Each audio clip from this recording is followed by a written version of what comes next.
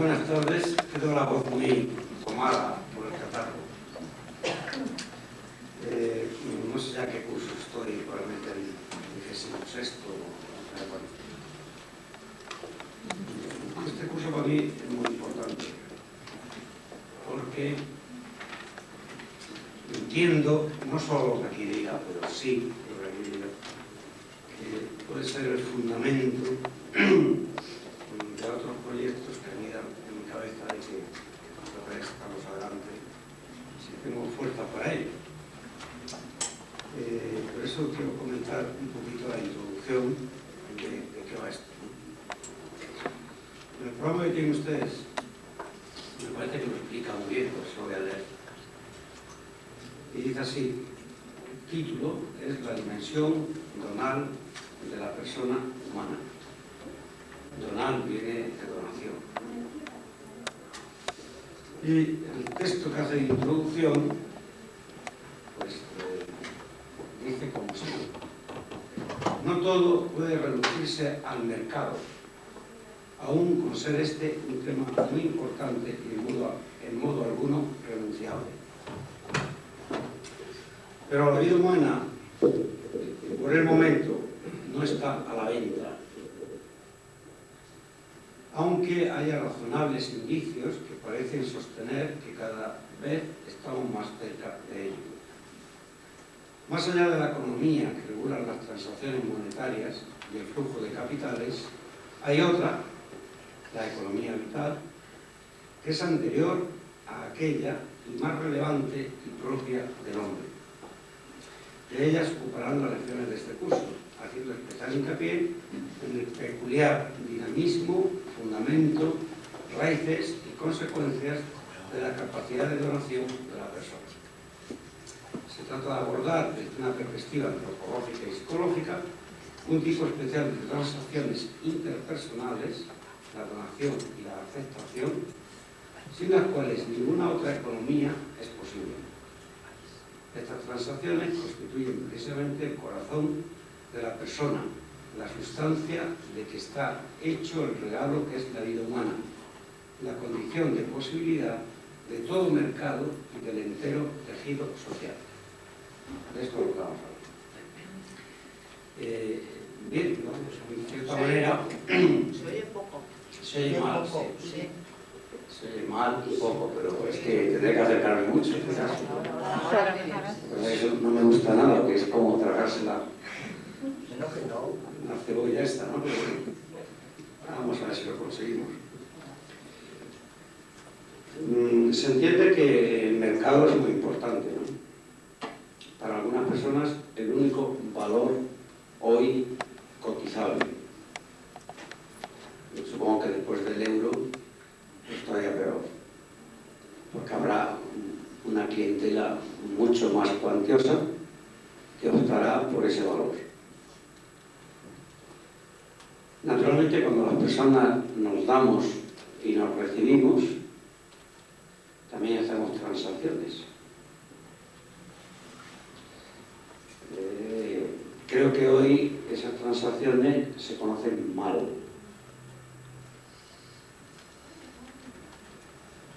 No cotizan en bolsa, además. Y lo que se trata de probar es cómo funciona eso.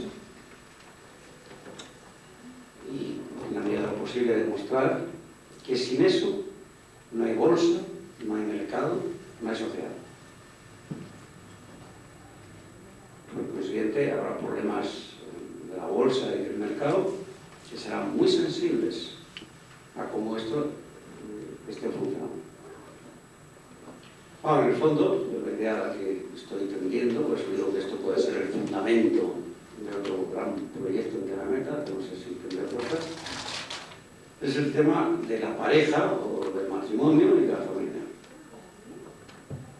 Porque, voy a decir ya, así, siempre, todo lo que oigan, lo oyen en esa referencia. El matrimonio consiste en que una persona se regala a otra que la acepta tal y como es. Y a su vez, la persona que ha aceptado ese regalo se regala a la primera, que también le acepta. tanto, hay un ejemplo ahí de donación que es el más claro y el que a mí me interesa más. Naturalmente eso pues tiene que ver con todo lo que vamos a ver, son muchas cosas, ¿no? Bien, voy con la primera clase, que lleva por título Ser y Tener. Voy a explicar un poquito antes de comenzar, aunque es bastante largo lo que hay preparado. ¿Qué centra en este programa sobre la donación? El ser y el tener. Lo centra muchísimo. Nadie puede dar lo que no tiene. Vamos a hablar de donación. Pues primero hay que tener para dar algo. Y como ese término no se puede eludir, no se puede dar por sabido, porque no está sabido, en modo alguno está sabido. Le voy a dedicar 2 clases, la de hoy y la del siguiente lunes. Pero solo porque me interesa para luego poder hablar de donación. Solo por ese tema.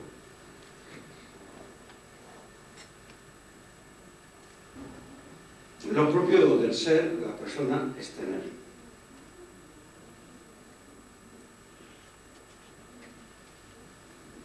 Alguien puede pensar que esto es muy materialista, ¿no? No es verdad. En absoluto es verdad. Es pura consecuencia de la antropología realista. Apenas que un ser humano nace, ya empieza a tener. No me refiero solo a las cosas materiales, sin las cuales la vida no es compatible, sino también las que interesan más a la persona. Y esa persona tiene padres, tanto que durante muchos años va a ser definido como el hijo de.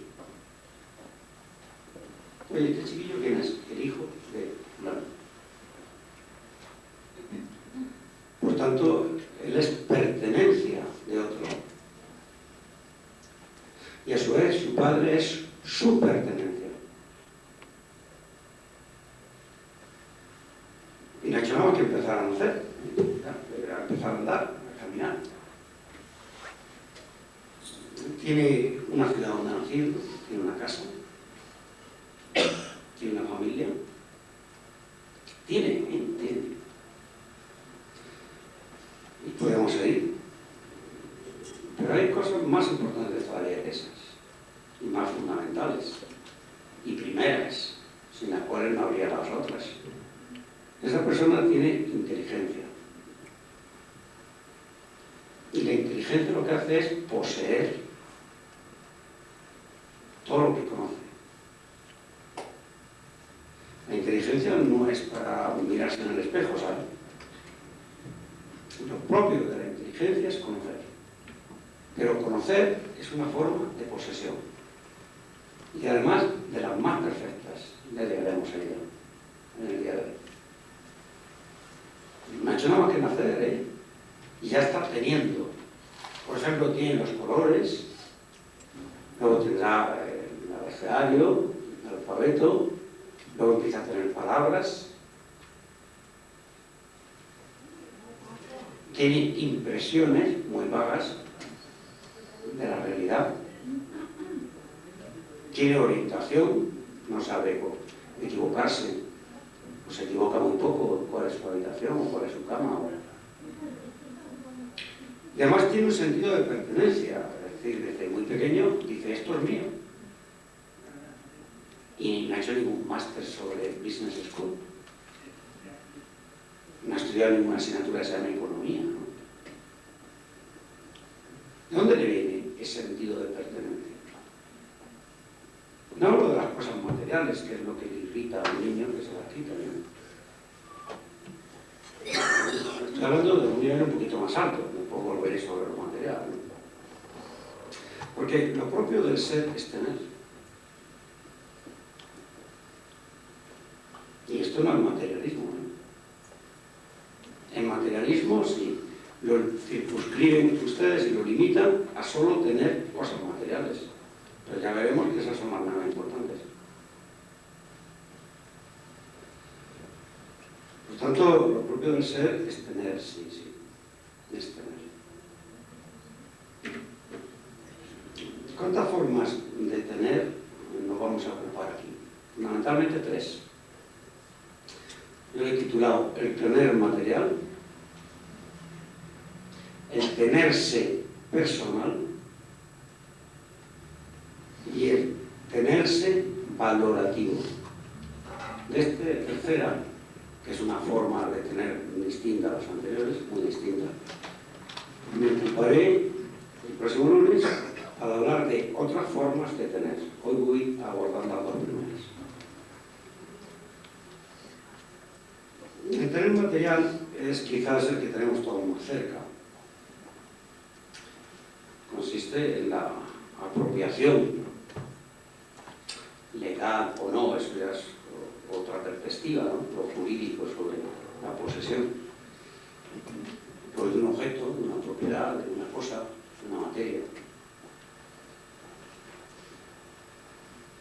No hay ninguna persona que no tenga ni siquiera lo material, ¿saben?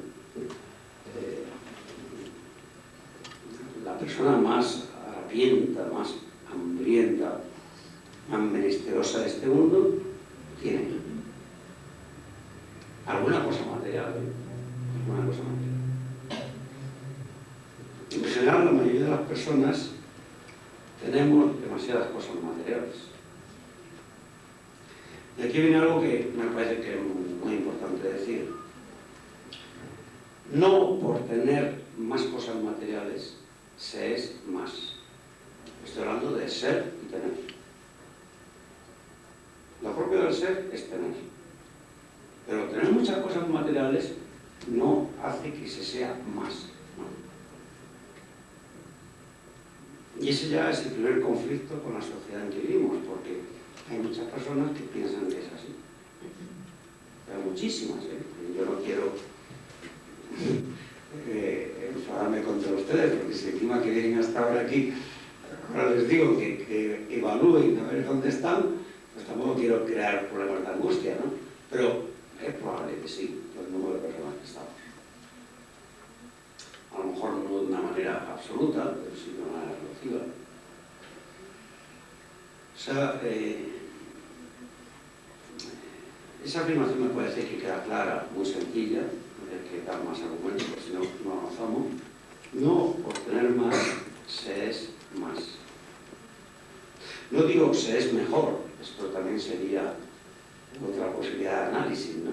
En esta sociedad la gente piensa que cuanto más se tiene, mejor. Se es. No, no es verdad. No está probado. Es un tópico, funciona en nuestra cabeza, pero absolutamente erróneo. Hasta ahora no ha sido verificado.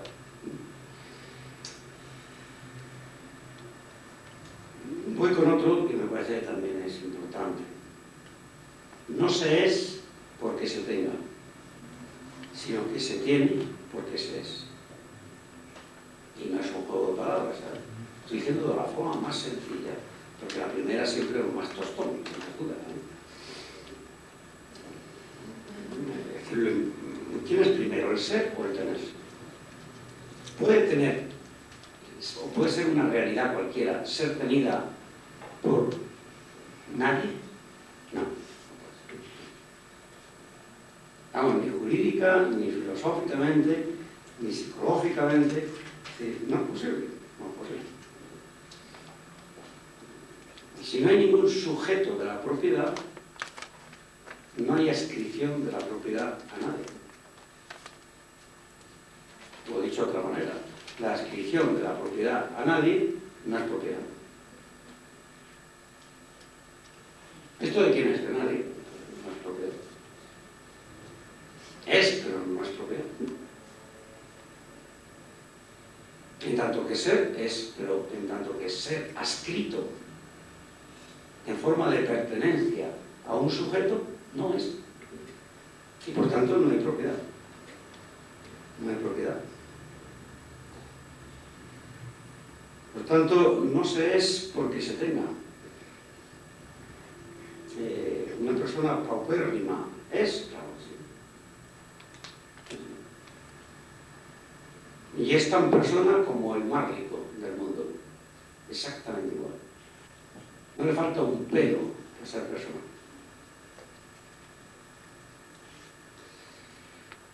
Y también la otra afirmación, se tiene porque se es. Lo que funda el tener es el ser.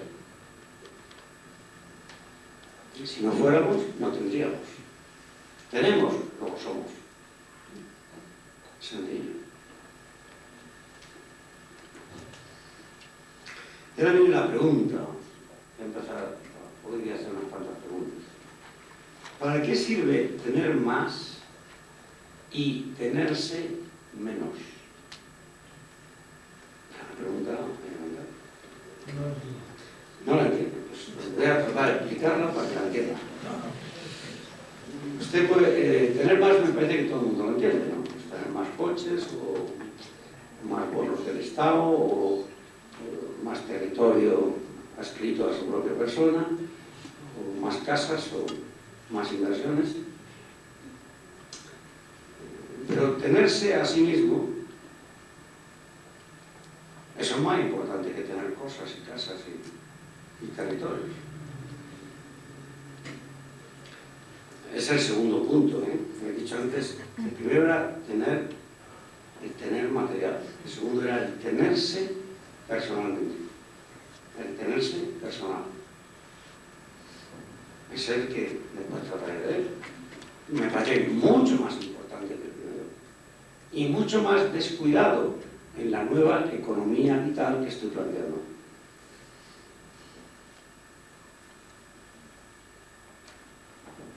Es más, si la persona no se tiene a sí misma, porque no se conoce, manejará bien su tener material. Para que vean ustedes que, en fin, en el mismo marco de la economía, sin salir de él, lo que podría ser una antropología económica. Sé que hay muchos compañeros míos que están deseosos de que un día empecemos con ese proyecto. Antropología económica. Si una persona no sabe si es un manirroto o no, si conoce el mercado o no, si es prudente o no, ¿creen ustedes que sus inversiones materiales van a ir a más?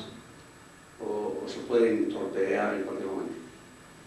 Porque no se conoce. Pero un día me entra un pasmo o me entra una manía y bueno, pues hago almoneda de todos mis bienes patrimoniales. Lo que demuestra que es más importante el ser que el tener. Y es más importante el tenerse que el tener cosas. Eso sin duda alguna. Dicho esto, hay que afirmar también que el tener sigue siempre al ser. ¿Cómo es la persona? Así va a ser su tener. Usted es un fanfarrón, usted cambiará de coche cada 3 meses. Usted es una persona muy avara, pues usted no va a gastar ni un duro. Usted llegará a comer con unos amigos y tardará media hora en llevar la mano a su bolsillo, ¿no?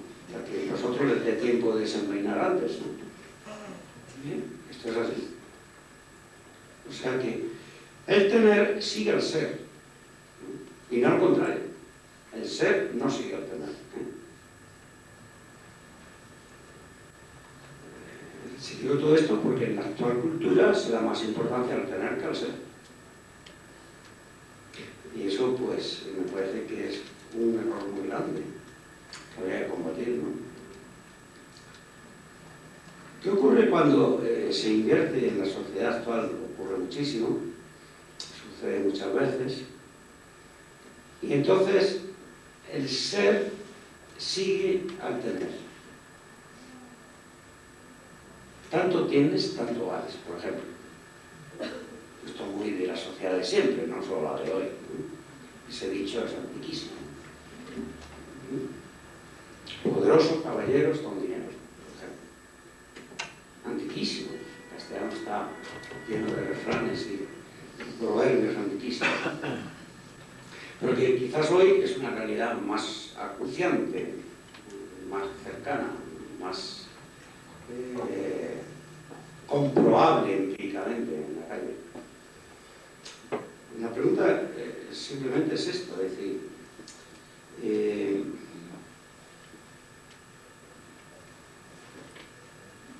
¿qué ocurre cuando se invierte el fundamento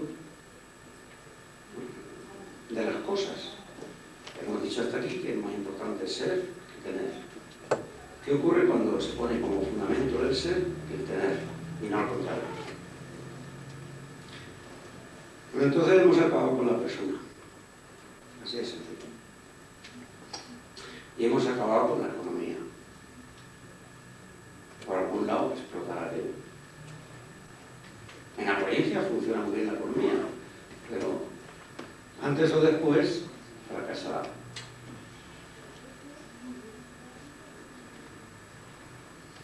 Tener más no significa ser más.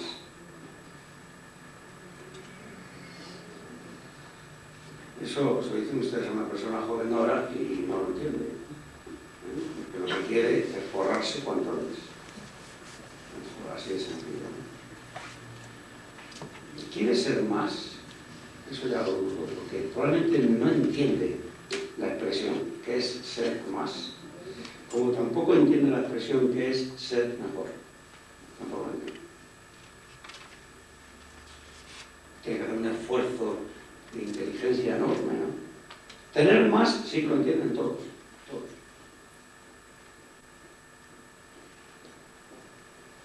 Bueno, esto ya es un diagnóstico social, ¿no?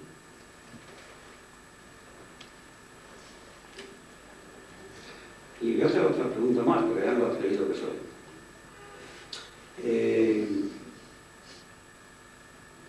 ¿Se puede tener demasiado?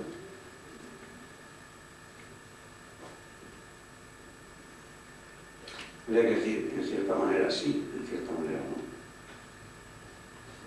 ¿Demasiado cuánto es? 5.000 billones de dólares es demasiado.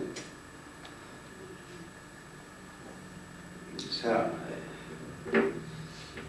cualquiera de las casas más importantes que fabrican ordenadores es esa cantidad, vamos.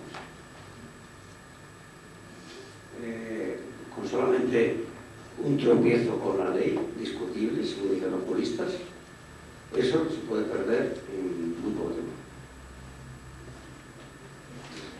Teniendo en cuenta, yo no he hecho el caso jurídico concreto al que me estoy refiriendo, porque no lo sé, no lo he estudiado, pero teniendo en cuenta en que el uso de ordenadores a toda persona humana le ha hecho mucho bien, en general, también le puede hacer mucho mal, pero en definitiva nos ha potenciado, incluso al estar aquí hoy, aquí con la agendita, jugando con esta materia, ¿no?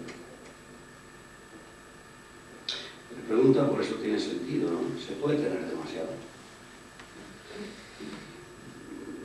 Se puede tener demasiado si lo comparamos con el promedio de las cosas que tienen los demás.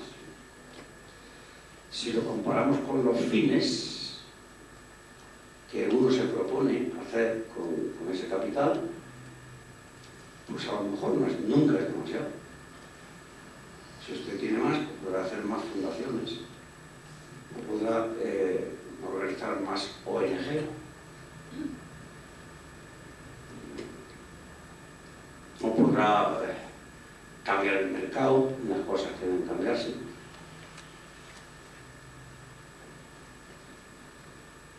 O podrá auxiliar a pueblos que están en crisis.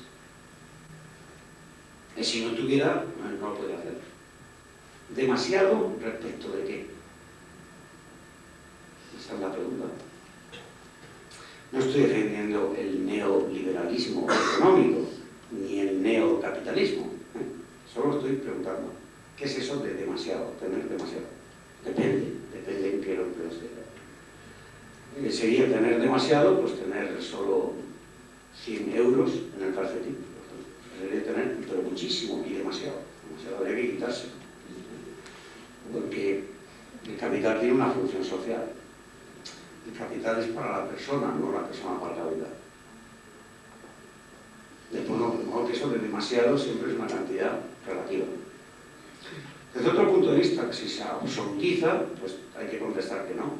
Es decir, demasiado, ¿qué significa? Tener todo el oro y todo el petróleo y todas las piedras preciosas de este mundo. ¿Hay alguien que pueda tenerlas?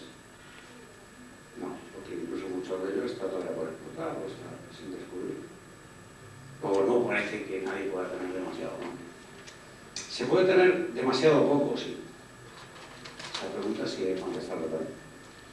Así como nadie puede tener demasiado si lo sabe emplear. Si lo sabe emplear, ¿cómo está? Hay muchas personas que tienen demasiado poco. Y eso no está bien. Hay muchos países cuya estructura fundamental a modificar es precisamente la distribución de la riqueza material y humana. Pero también material. No quiero citar, pero como me he pateado mucho a las Américas, podría citar muchísimos casos. Y sin eso ese país no puede ir adelante, ¿sabes? No puede ir adelante. Por tanto, así como es más difícil responder a si se puede tener demasiado, y ahí hay una subordinación entre medios y fines, sí se puede responder con bastante facilidad a ¿se puede tener demasiado poco? Sí, se puede tener demasiado. Hay gente que tiene demasiado. Mucha gente, además. Mucha gente tiene demasiado.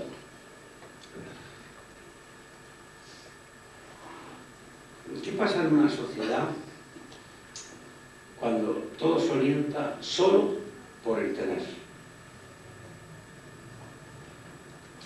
Pues como vamos a ver enseguida, esa sociedad empieza a derrumbarse. Salen grietas, el tejido social se rompe, hay revoluciones, se rompe y se destruye el bien por antonomasia, que es la persona. O sea, matar a una persona es mucho más grave que una gran empresa declare suspensión de pagos, por ejemplo. O que un coche deje de fabricarse ya, porque no es rentable o porque haya salido otros que son mejores.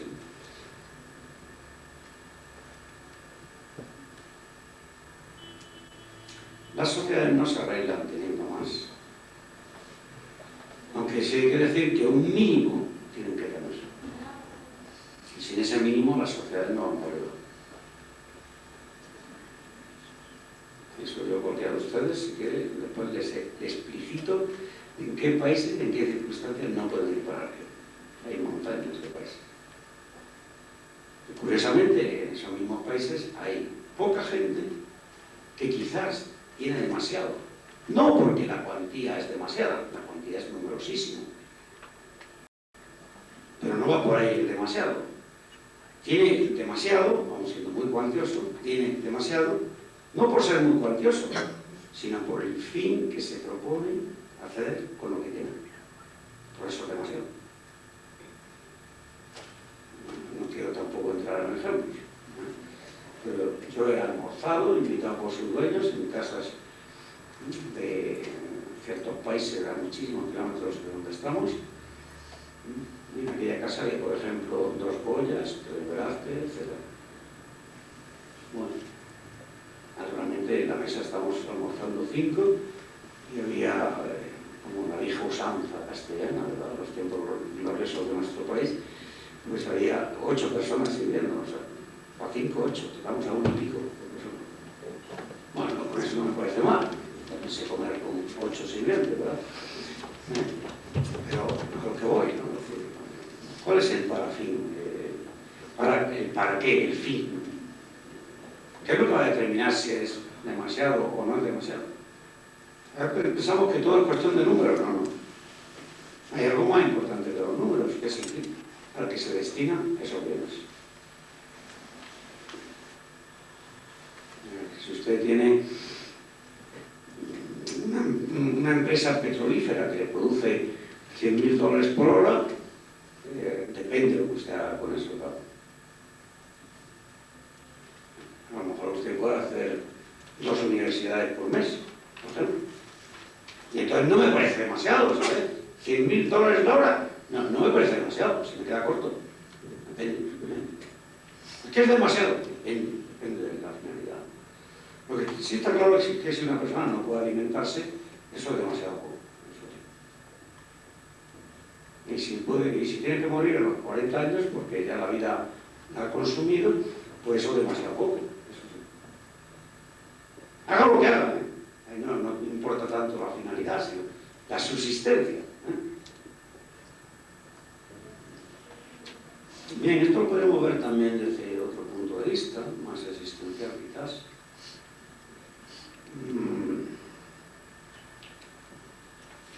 Yo sigo repitiendo la misma idea, machacando, así despenetra la cabeza. Lo propio del ser es tener lo propio. Eres lo que tienes. Eso puede explicar a un anciano, a un niño pequeño, a cualquiera, ¿no? Ahora, ese tener del ser se da en el tiempo. Porque el ser de la persona dura en el tiempo. No somos una especie de cohete que aparece un día, ¡pum!, estalla y ya lo enterramos. ¿No? La vida humana parece que es escasa, pero en fin, ahora nos aseguran que casi alrededor de los 70, 80 años más o menos se vive, ¿no? Por tanto, ese tener evoluciona en el tiempo igual que el ser, ¿no? Por tanto, entre el ser, el tener y el tiempo hay muchas relaciones. Hay muchas relaciones. Por ejemplo, un crédito, fíjense si está claro la relación entre el tener y el tiempo. Una letra. O sea, la temporalidad está entreverando toda la economía, ¿no? La sucesión padres a hijos, por ejemplo. De lo cual depende que un país ahorre o no ahorre, por ejemplo. Unas leyes que son destrozadoras de las transmisiones padres-hijos, pues naturalmente hace que ese país no ahorre. ¿Ahorrar qué es? Pues es acumular capital.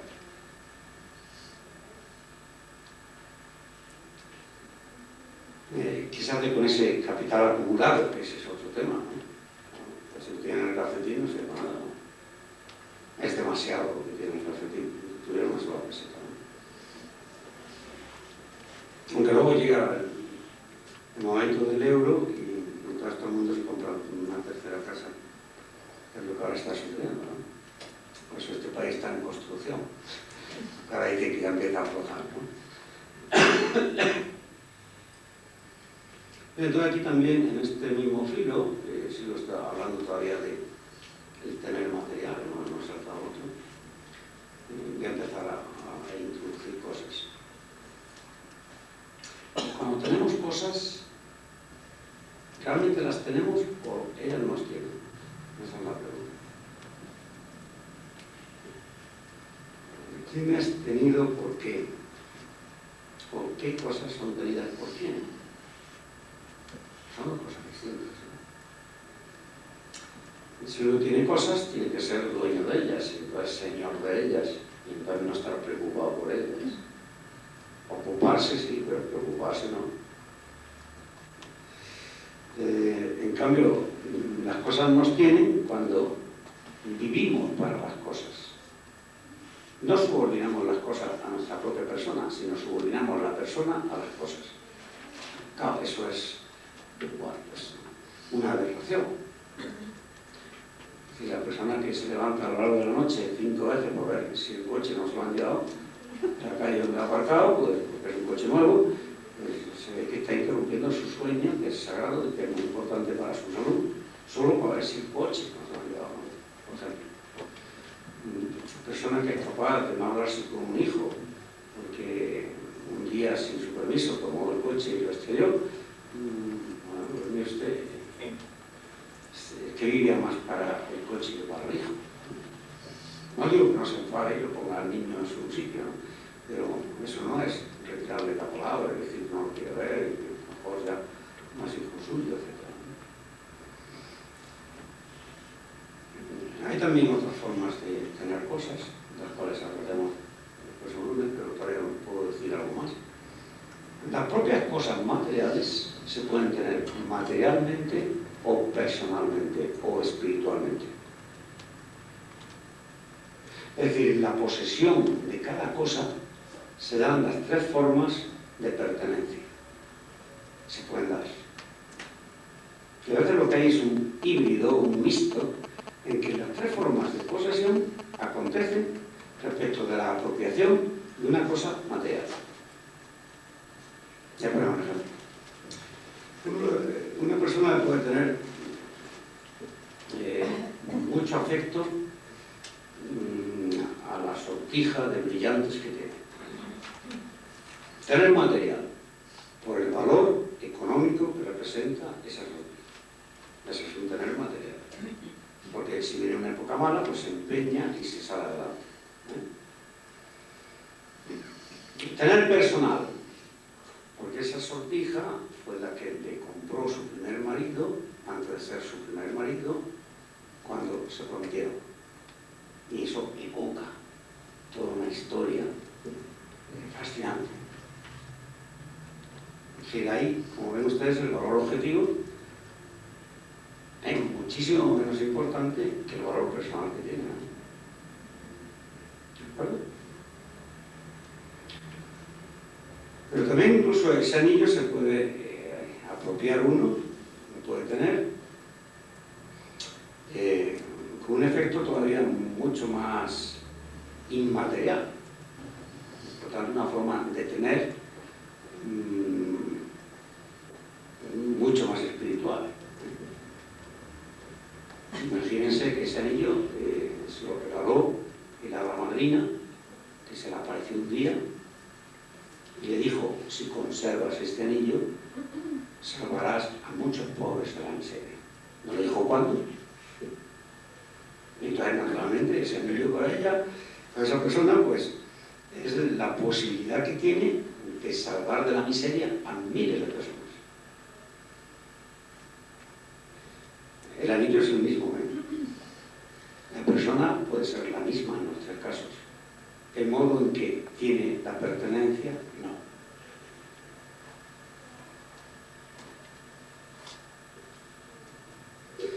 Y a lo mejor está bien preguntarse cómo tenemos lo que tenemos. ¿Qué forma de posesión es la nuestra,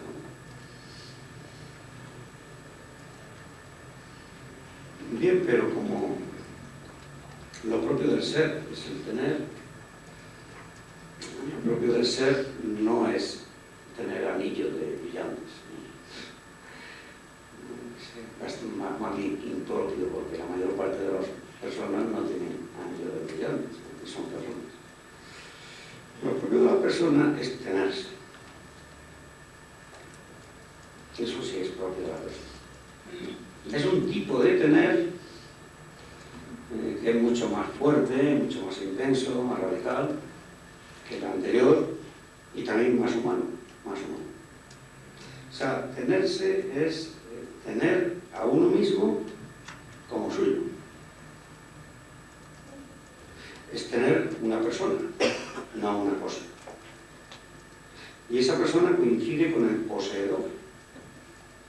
O sea, sujeto poseído y sujeto poseedor coinciden en la misma persona. Eso es propio de las personas humanas. Esa forma de posesión, como somos libres, no puede ser con una cadena. Yo no me puedo atar a mí mismo y ponerme la cadena, por ejemplo, en la boca y para decir que yo soy el dueño de mi propia cadena. No tiene sentido. Es una imagen demasiado grotesca. Cuando se habla de autoposesión, es que lo que sí podemos hacer cada uno es conocernos tan bien que en cada momento sepamos dónde estamos, qué hacemos mejor, qué hacemos peor, qué proyecto tenemos, cuántas veces lo hemos incumplido. ¿Dónde está la raíz de esos incumplimientos? Esa es una forma de posesión muchísimo más fuerte, más propia del ser que somos, que el tener este coche, o aquella casa, o una quinta en el sur de Francia, o un chalet en la sierra, o un chiringuito en la playa de Marbella, o un pazo en Galicia. Está muy bien, por las geografías que son cosas distintas, ¿no? Pero lo propio de la persona es tenerse a sí misma. Y la única manera que tenemos de tenernos a nosotros mismos es mediante el conocimiento de quiénes somos. Eso influye en la economía, sí. La persona se conociera mejor y probablemente obtendría mejores inversiones, también materiales. Porque cuando uno hace una transacción económica, en el fondo uno opera como un instrumento. Y cuanto mejor se conozca técnicamente cómo funciona el instrumento, mejor saldrá la operación. Si yo tengo un bisturí y lo conozco muy bien, pues podré operar mejor que si tengo un bisturí que no sé cómo funciona.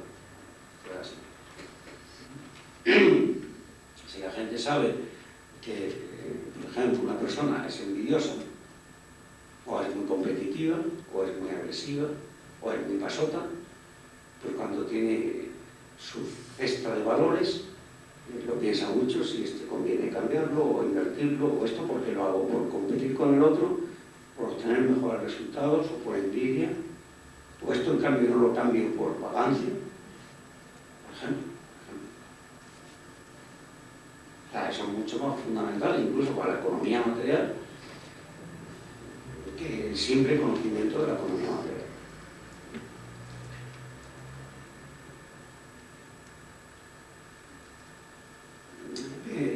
Tenerse es como haber el propio ser. Es como habitar la propia persona.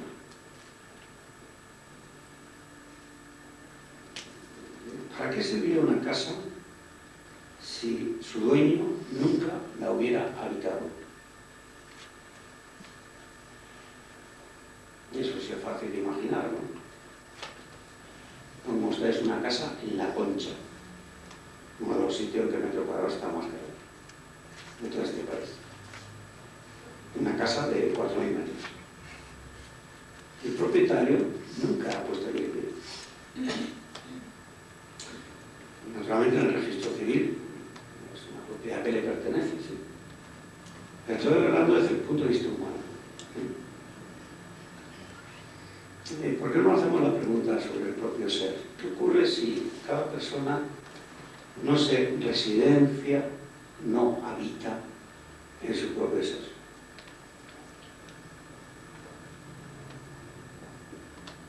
Habitar viene de haber, y haber significa tener.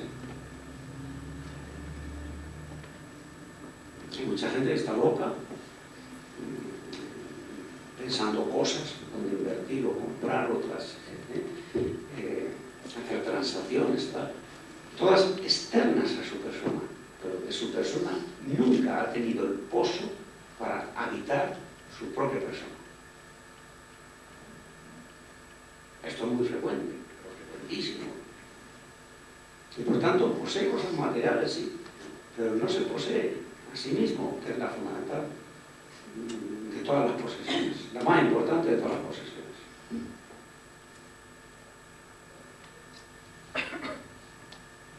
Ese tenerse a sí mismo también está sujeto en el tiempo. Si han pasado 22 años y usted todavía no se tiene a sí misma, pues espabile, pues ya le han pasado 22 años. Pero claro, si resulta que estamos con 50 y todavía no nos poseemos a nosotros mismos, pues nos está pasando la vida.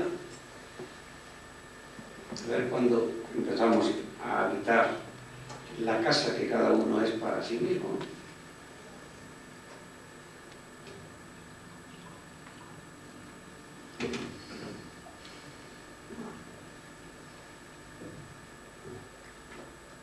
¿Para cuándo vamos a dejar el poseernos a nosotros mismos? Porque hasta ahora hemos ido dando plazos, ¿eh? Espera que sea mayor, espera que me case, espera que tenga la segunda residencia, espera que mis hijos crezcan.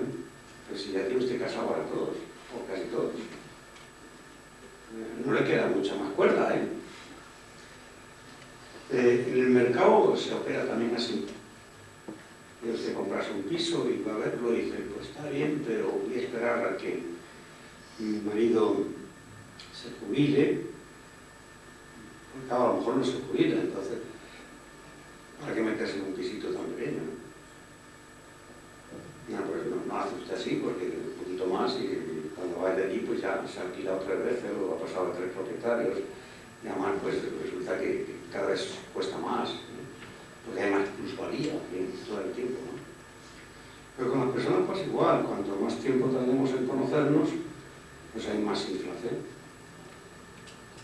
¿Por qué? Porque nos estamos jugando algo que es muy importante, que es la posibilidad de cambiarse. La posibilidad de realizar operaciones en nosotros y atraer nuestra. Y si uno se sigue ignorando, pues el tiempo va pasando y uno no realiza nada. Y eso se llama inflación. Por lo tanto, el propio valor se aminora. Nos inquieta o nos preocupa el que no nos poseamos, el que no nos poseamos cada uno a sí mismo. Porque la otra posesión que acabamos de ver, esa sí nos preocupa. Uno tiene, el otro tiene, yo no tengo. Ese verbo sí lo conjugamos bien. Pero estoy hablando de este otro verbo. Yo me poseo a mí mismo. ¿Cuándo? No, todavía no es tiempo, voy a seguir esperando. ¿Hasta cuándo vamos a seguir esperando? ¿Por qué es bueno tenerse a sí mismo en el tiempo? En el tiempo mismo. Ya, cuanto antes. Porque de eso va a depender el poder otorgarse a alguien, ofrecerse a alguien, donarse a alguien. Que si no se tiene, usted no se puede dar. Usted podrá dar su casa de San Sebastián, pero no se puede dar a sí mismo. ¿Se entiende?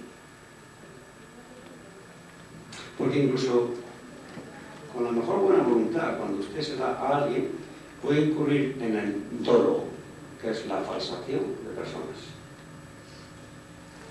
Esto se ve mucho en la vida conyugal. El hombre se ha dado a la mujer, tiene aquello que él pensaba que era, pero que no era. Y por tanto le ha dado a su mujer un hombre falso. El que él pensaba que era, pero no era. Pues no se conoce. Y no hay mala voluntad, hay ignorancia. O la mujer se ha regalado a su marido, pero lo ha regalado a la mujer que no es. Que ella creía que era, pero no es. ¿Por qué? Porque no se conocía. La imagen que tenía de sí misma no coincidía con la realidad. Claro, son una impostura, ¿saben? Eso en un negocio, pues está muy mal, ¿eh? No hay mala voluntad de engaño, en fin, pero por eso no hay dolo. El dolo exige la voluntad de engañar, ¿no? Claro, si usted vende una casa y dice que tiene 20.000 metros cuadrados y luego tiene más que 1.500, pues está engañado, clarísimamente, si lo sabía, engañado. Pero las personas nos damos y ¿qué damos? No sabemos lo que nos damos. Y con esto estoy entrando en el tenerse personal.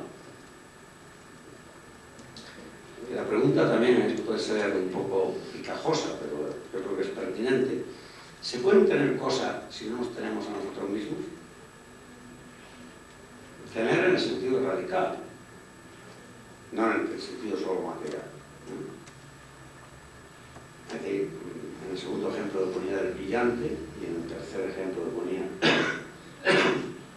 del anillo de brillantes. Para tener esa manera de poseer las cosas materiales, el anillo de brillantes, antes hay que tenerse a sí mismo, ¿no? Porque si no,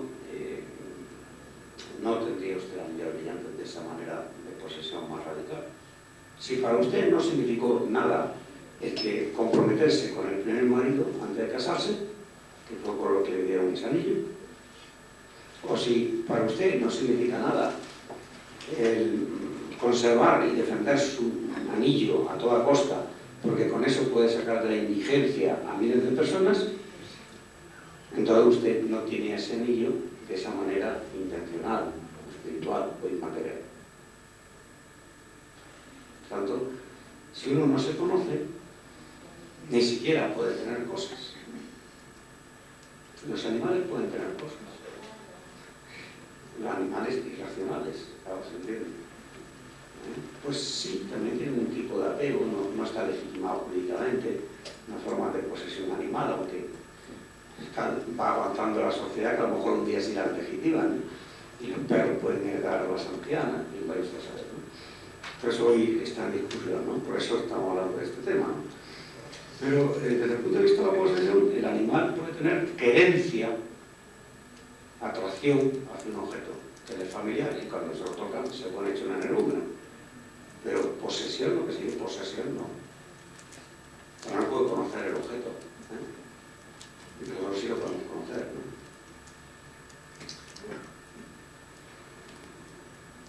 Como cada persona es un fin en sí misma, lo importante es seguir la política de los fines, no la política de los medios. La posesión en materiales es una política de medios. La posesión de la persona por sí misma es una política de fines. Los medios están subordinados a los fines están siempre más altos que los medios. Un desorden entre medios y fines significa que la casa se cae.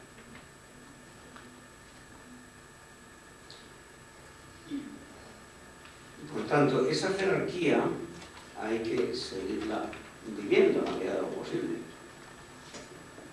Porque es una jerarquía que no cabe en variaciones. Lo más abajo sostiene a lo más alto. Si ustedes invierten en aquello, se cae. Por tanto, la propia posesión de uno mismo, a través del conocimiento, es lo que fundamenta la posesión de cosas materiales. Porque habíamos visto que la forma más alta de posesión de cosas materiales es aquella que está encaminada al cumplimiento de un fin. Lo que decíamos del tercer ejemplo del anillo de brillantes. Pero yo, si no me conozco a mí mismo, ¿cómo voy a estar seguro de que voy a cumplir con el tercer ejemplo del brillante? Es decir, que mi fin de guardar el anillo de brillantes es para sacar de la menesterosidad a miles de personas. Si yo no me conozco, no defenderé ese anillo de brillantes libre.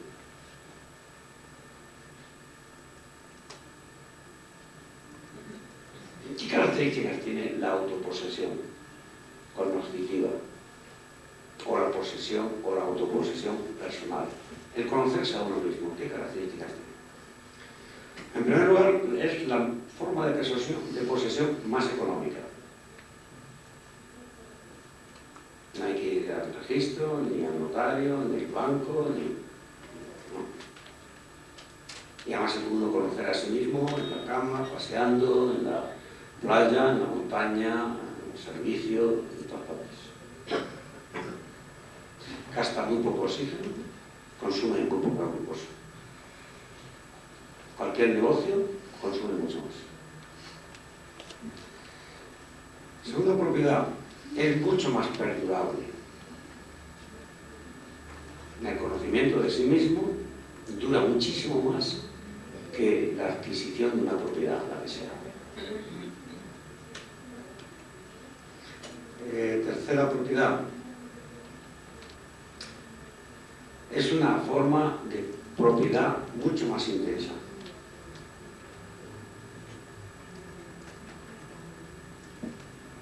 Ustedes pueden entrar en la propiedad de una finca, por ejemplo, lo que antiguamente llamaban un predio, en el siglo XIX, sobre todo. Bueno, el conocimiento de la finca tiene que ir allí, ver los lindes, caminar todo el terreno.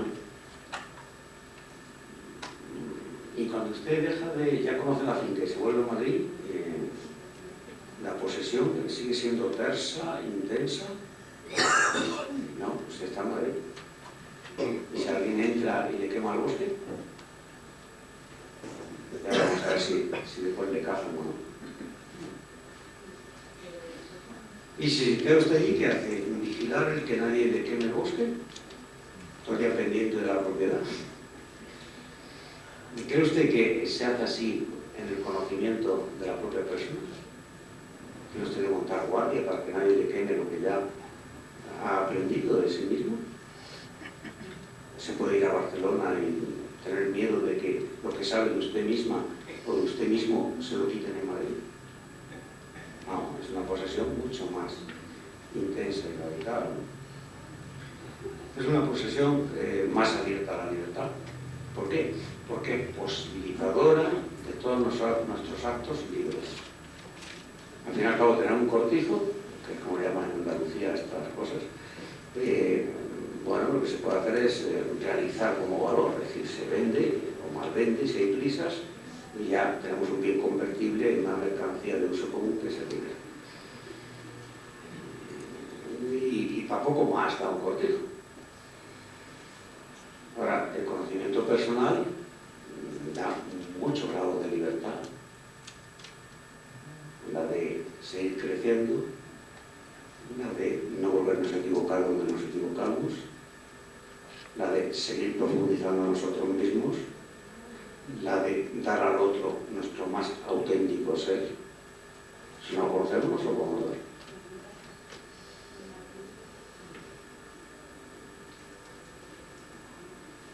Esta forma de posesión es la que tiene mayor posibilidad de despliegue. No solo con el marido, es ejemplo que para mí es central en todo lo que voy a decir todos los días.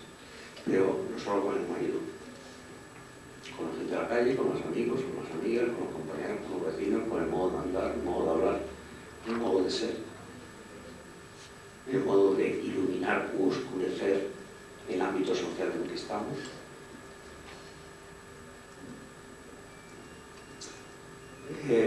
Es una forma de posesión que es mucho más comunicable. Se puede comunicar a otros, ¿sabes? Y además no se desgasta, no se deteriora. Si ustedes tienen un cortijo y lo pasan a la siguiente generación, lo pasan pro indiviso a los hijos, o se lo regalan a un hijo solo, adiós cortijo, se les acabó. Ya no son propietarios del cortijo. El conocimiento que tenemos nosotros mismos se lo contamos a otro, mira, yo soy así, en fin, tú ya verás, ya me conocerás, pero no te fíes mucho, yo a veces hago estas faenas. Con eso no se desgasta el conocimiento, sigue asentado en nosotros mismos. Permanece siempre, a no ser que tengamos una demencia o que buena primera no se explote una verilla ahí en el cerebro.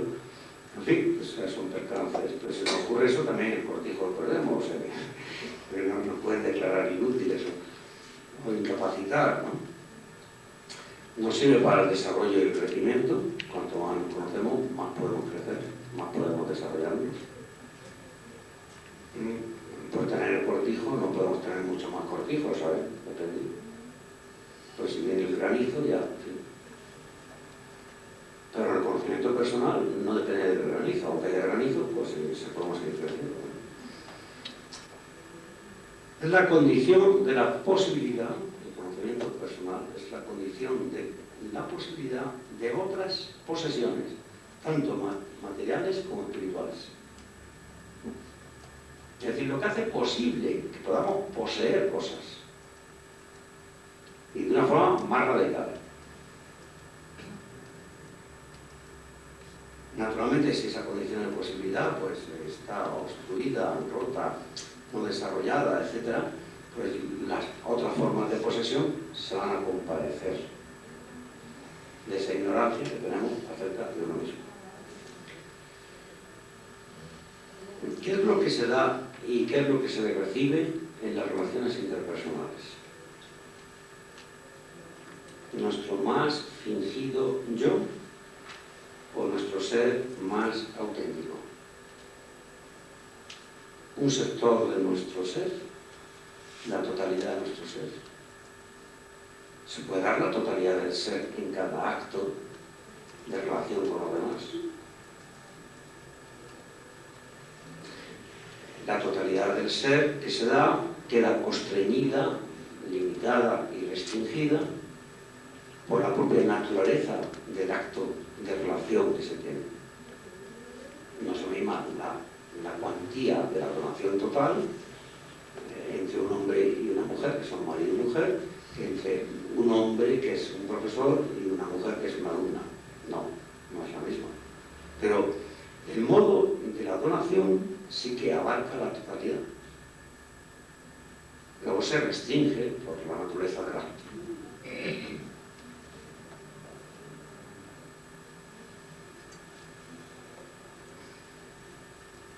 Por eso es por lo que funcionamos tan mal las personas.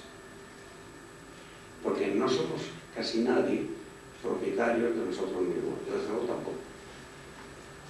Falta mucho. Pero los demás tampoco. Porque algunos sí que creo. Les aseguro que no. La pregunta es, ¿pueden darse o recibirse? O mejor aún, ¿cómo pueden darse o recibirse si no se conocen? Si se ignora lo que se ha dado y lo que se ha recibido, se ignora. O sea, usted cuando se le da a su mujer, ¿qué piensa de la mujer que se le da? ¿Coincide con la mujer real?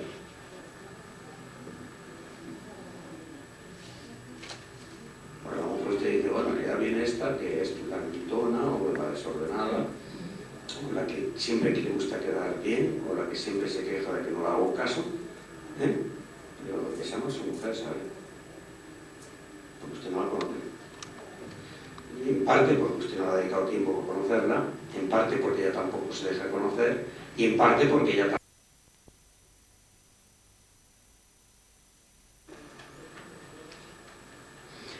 Por eso muchos problemas conyugales se resolverían si la gente se conociera mejor, se poseyera mejor.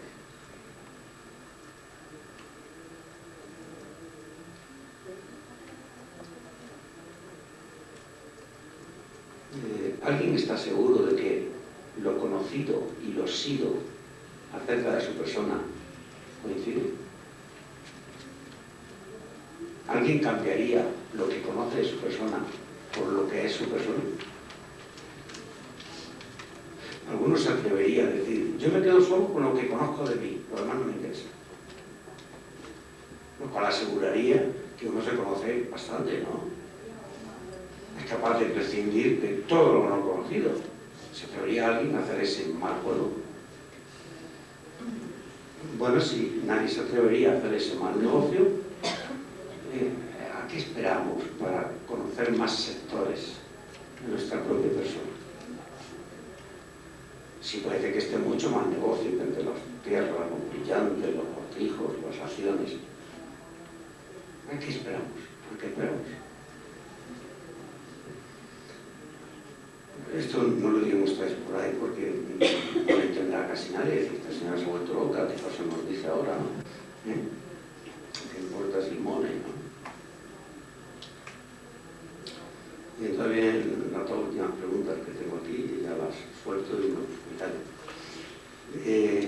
La pregunta es por qué se ha dejado de crecer y de confiar en las ideas y en el pensamiento. El otro día lo dije en un sitio un poco aireado, porque estaba enfadado, lo solté así como amenazando, ¿no? Hoy lo diré más suave, pero muy probablemente ustedes mismos no tienen la convicción firme de que un pensamiento vale mucho más que todas las posesiones que se tengan. Que un solo pensamiento puede cambiar mucho más el mundo que todos los bienes materiales que hay encima de la superficie del mundo. Un solo pensamiento. Aquí esto no se comprende, claro. Pues luego lo piensan ustedes si son capaces, ¿no? Y vean ustedes cómo tengo razón. A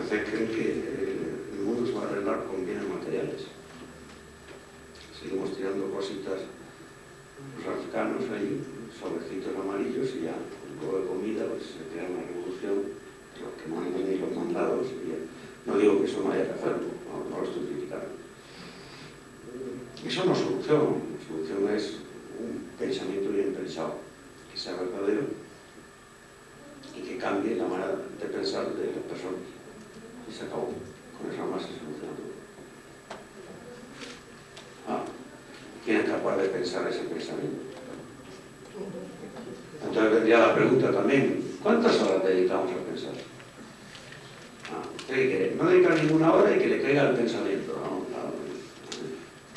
¿Por qué no dedicamos tantas horas a pensar y sí a los grandes comercios? Porque tenemos en mucho los comercios y en poco los pensamientos. ¿Sabes? Yo sé lo que me digo, vamos. Voy a demostrarlo de una manera sangrante, pero que no se cree hoy en el valor del pensamiento. No creo que solo hoy, hay muchas épocas en que tampoco se ha creído. Pero viene una última pregunta, quizás más doliente por ustedes, porque tiene dinamita, ¿no? ¿Por qué se conforman en este mundo con tan poco?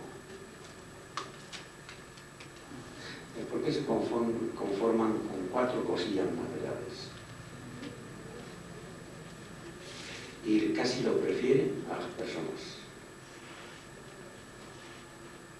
Incluso aquellas personas casadas, que naturalmente prefieren a su marido, a las cosas, ¿por qué se conforman con tan poco de su marido, al cual no conocen? ¿O por qué nos conformamos con tan poco de nosotros mismos, que tampoco nos conocemos?